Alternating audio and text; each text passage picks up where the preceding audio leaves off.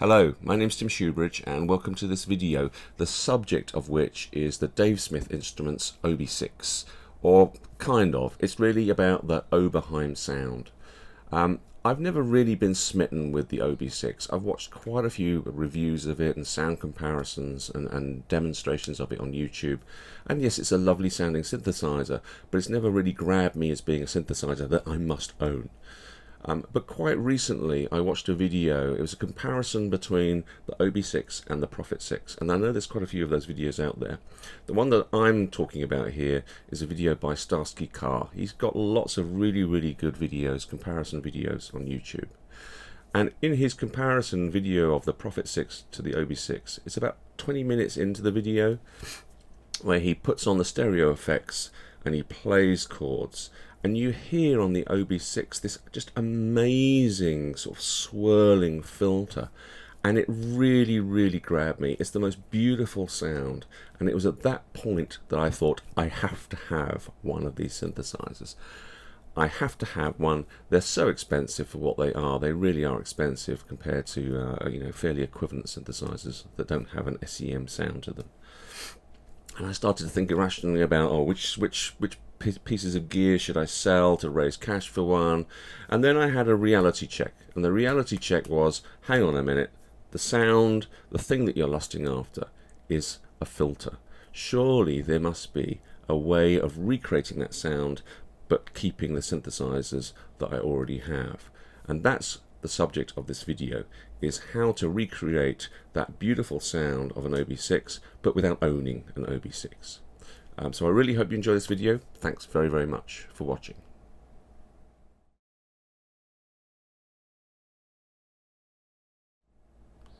Okay, so what makes an OB-6 sound like an OB-6 is its filter, and we all know that.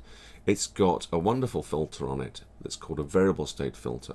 It can sweep all the way from low pass through to high pass, and while it's in the center section, it's what's called a band pass filter. And it's got the capability of inverting that filter, and then we have what's called a notch filter. And for me, it's that notch filter sweeping through the frequencies that gives the OB-6 its most wonderful, beautiful sounds.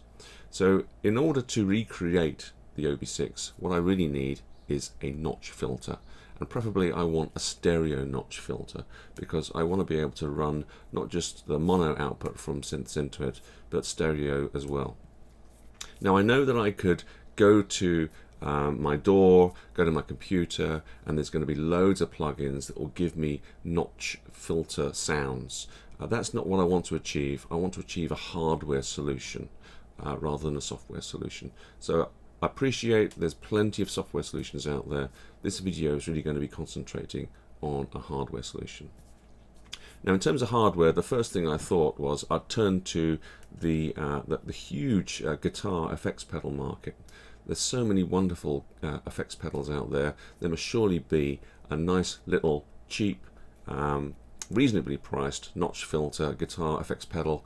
I can just buy 2 of those. There I've got my stereo capability, piece of cake. I did quite a bit of research, not a massive amount, but I did quite a bit of research, and I really couldn't find what I wanted in terms of a guitar effects pedal. However, I quickly moved on to what I've got behind me here. I do have some Eurorack modular gear, and I know for a fact that you can get notch filters, variable state filters, in Eurorack format. So that's where I've really gone with my little prototyping exercise. And what I'm going to take you through now is the decisions I made, the steps I took to build my own little standalone stereo notch filter capability to try and recreate the sound of an OB-6. And I'll play you some sounds, and we'll see how well it really does replicate the Oberheim filter sound.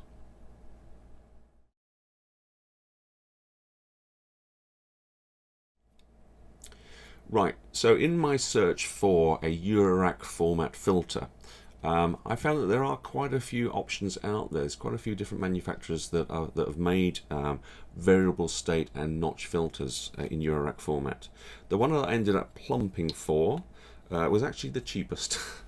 because that's one of my design goals here, is to make an equivalent OB-6 kind of sound as cheaply as possible. And I ended up going with this one here. Let's see if the camera will autofocus. You can autofocus. There you go. Right, it's a Doepfer module. So Doepfer is a German manufacturer. They really pioneered Eurorack, basically. They have hundreds and hundreds of modules for Eurorack. They're not really the most popular because they're not a sort of a sexy brand like Make Noise or Immutable Instruments and those kinds of people. But this little module here, it says on it SEM type VCF. So it's got similar circuitry to a SEM filter in an Oberheim synthesizer, and my hope is that it sounds similar as well. It does low pass, high pass, band pass and notch, and obviously because it's a Eurorack module, I can modulate it with, say, an oscillator or an envelope or whatever I want to do.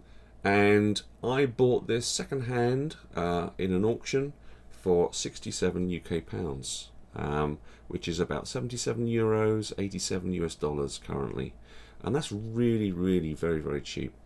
Obviously I needed two of them for my own personal requirement, which is it's going to be a stereo effects unit that I'm building.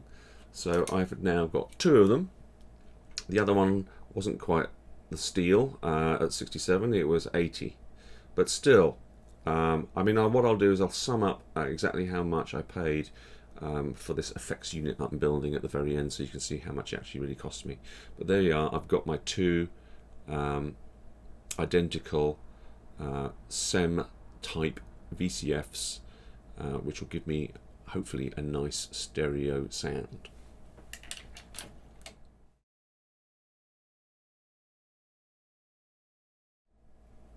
Right, so as I just mentioned a moment ago, it's one thing to have a filter, but then I need to be able to modulate it to sort of like get it to drift around in terms of its frequency and give me that lovely, lovely sound that the OB-6 is capable of doing. I don't want to be just having to manually twiddle knobs, and if I've got two of these filters, that's going to take two of my hands, which means I can't be playing anything at the same time. So the next little module that I looked to purchasing was a simple LFO, and this is the one that I ended up going with. Again, it's a Doepfer module. By the way, I'm not sponsored by Doepfer or have any financial gain in mentioning their name. This one I bought used for £40, which is about 46 euros, a little bit over 50 US dollars. Dirt cheap. It's a lovely little, very, very simple LFO, as well as having sawtooth, reverse sawtooth, square. It's got triangle, and it's also got sine, which I think is really nice because as we'll see when I actually start playing some sounds for you, the triangle is quite abrupt in terms of how it's going to move the filter around, but the sine wave is far more gradual, and so £40 for this. It was a steal. Now, yes, it would be lovely to have a couple of them and to have them sort of like modulating each of the filters just very, very slightly differently. That's something that I will certainly look into later. But to just get my little effects unit off the ground, all I need is just one of these guys and my two filters. So that's the modules taken care of.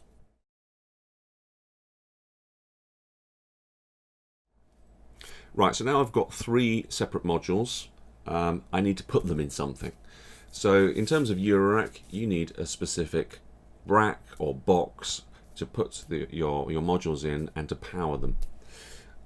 Now I ended up looking on eBay and I found this, which was being sold second hand.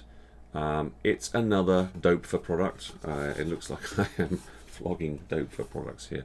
But it's a lovely little thing. It's a lovely little wooden box. It comes with a power already inside it. You can buy. There's a massive selection of Eurorack cases out there for you to choose from, and a lot of them don't come with power, and you can add power to them yourself if you're a DIY kind of person, and then you can get really cheap deals.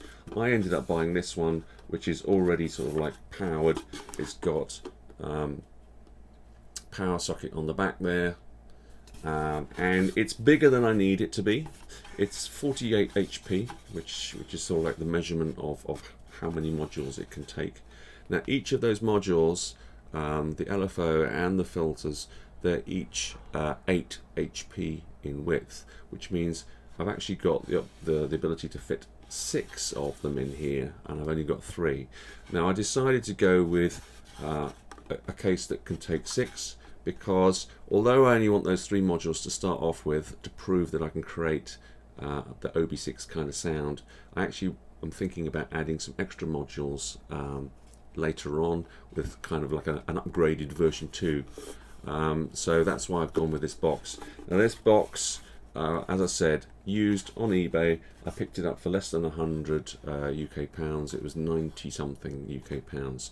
So again, not a single thing that I purchased here has cost more than 100. So the next thing we're going to do is to assemble the modules into this box, plug it in, and see what it sounds like.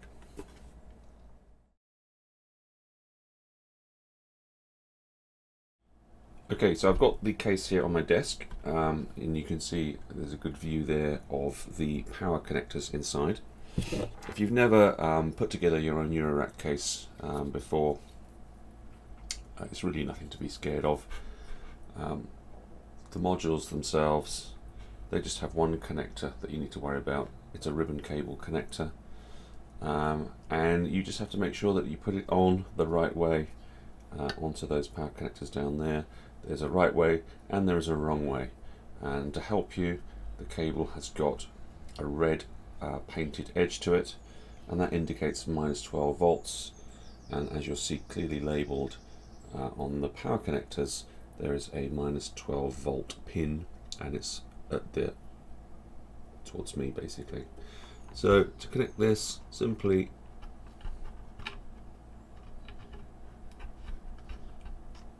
push it on, and that's it. Now I can place it in my rack where I want it to, and these particular modules, they just need 2 screws to hold them in. So that's my first one connected. Before I screw it in, just to make life easy for myself, I'm going to just keep it out of the way while I do the other 2 modules.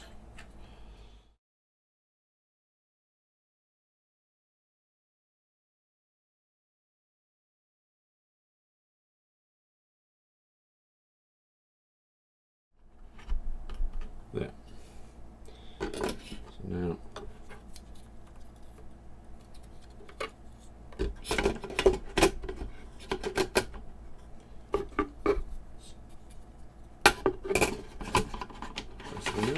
there we are. The next thing is just to screw those in.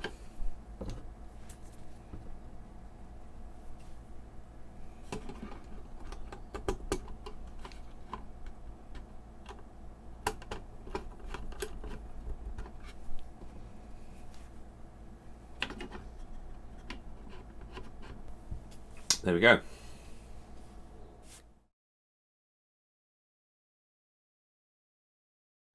Okay, so now the moment of truth. I've got the little Eurorack case here on my desk. It's powered up. You'll see that there's a couple of little LEDs flashing away there, which is on the LFO. And the synthesizer that I thought I'd try it out on to start with is this one here on my desk. It's the Dave Smith Instruments Prophet 12 desktop version.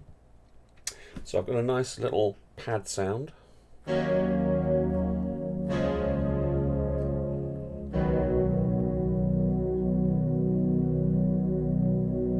let's see what it sounds like when I put it through this little box here.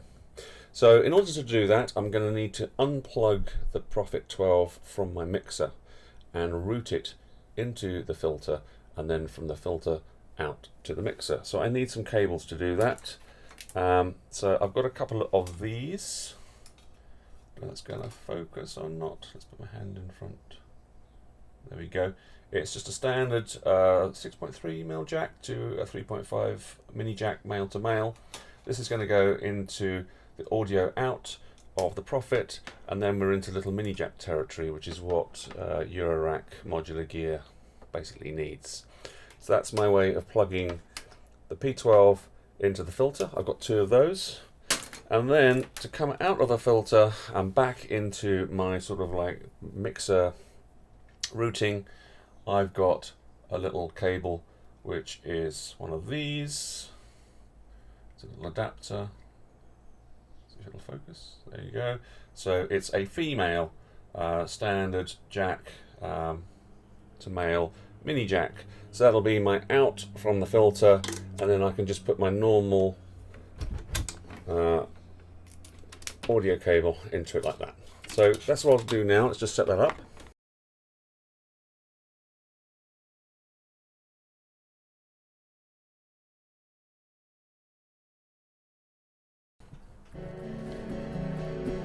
So the filters are wide open, frequency wide open. Let's just the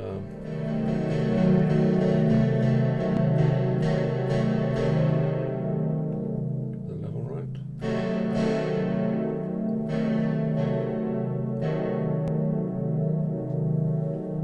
Right, so now we need some patch cables because we want to modulate our filters. Well, actually, before we modulate them, let's just turn them down manually and see what they sound like.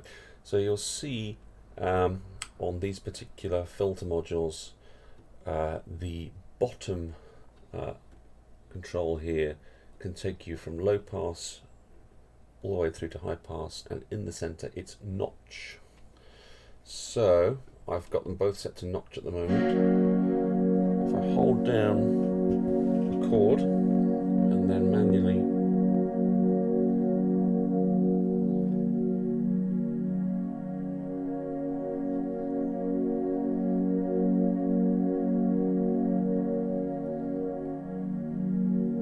it's that kind of sound that I want.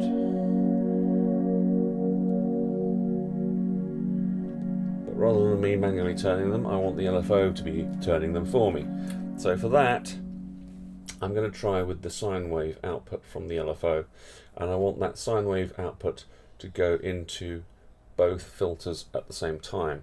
So what I'm doing is I'm going to use one of these little sort of malt cables, I don't know quite what you call them, which allows me to daisy chain basically like that. So I'm going to come from the LFO and I'm going to go into both filters at the same time.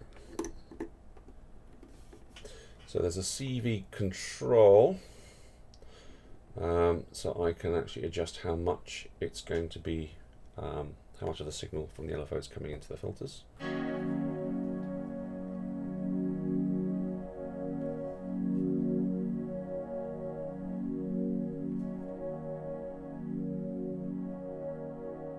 Sounds very nice.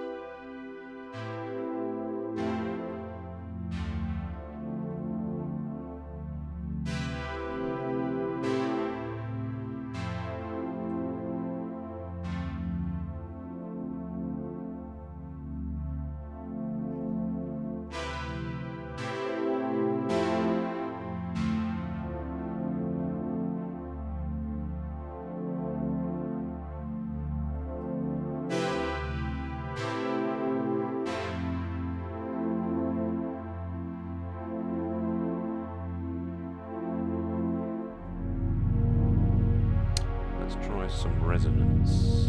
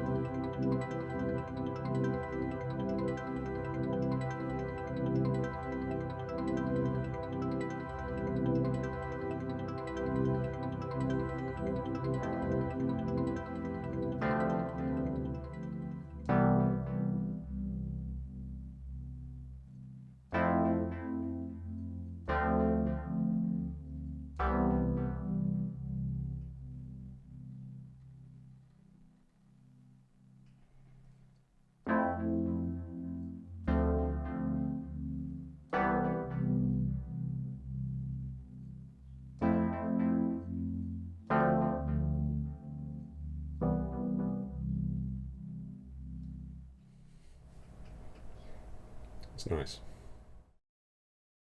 Okay, so that's my little experiment over and done with for this video. I don't know what you thought in terms of how authentic the sound was compared to an Oberheim synth or an OB-6. I was really quite pleased with it, to be honest. I know I could have done it a lot cheaper and simpler just with software, but what I've got here now is a little box, self-contained effects unit. I can slot other modules into it, I can take it anywhere, I can plug any sound source into it, whether it's mono or stereo, and get some sort of modulated sound effects out of it. So I'm pleased with it. I'm going to cover, hopefully in another video in the future, an upgrade to this box, adding more modules and see where that takes me. But until then, thanks very, very much for watching.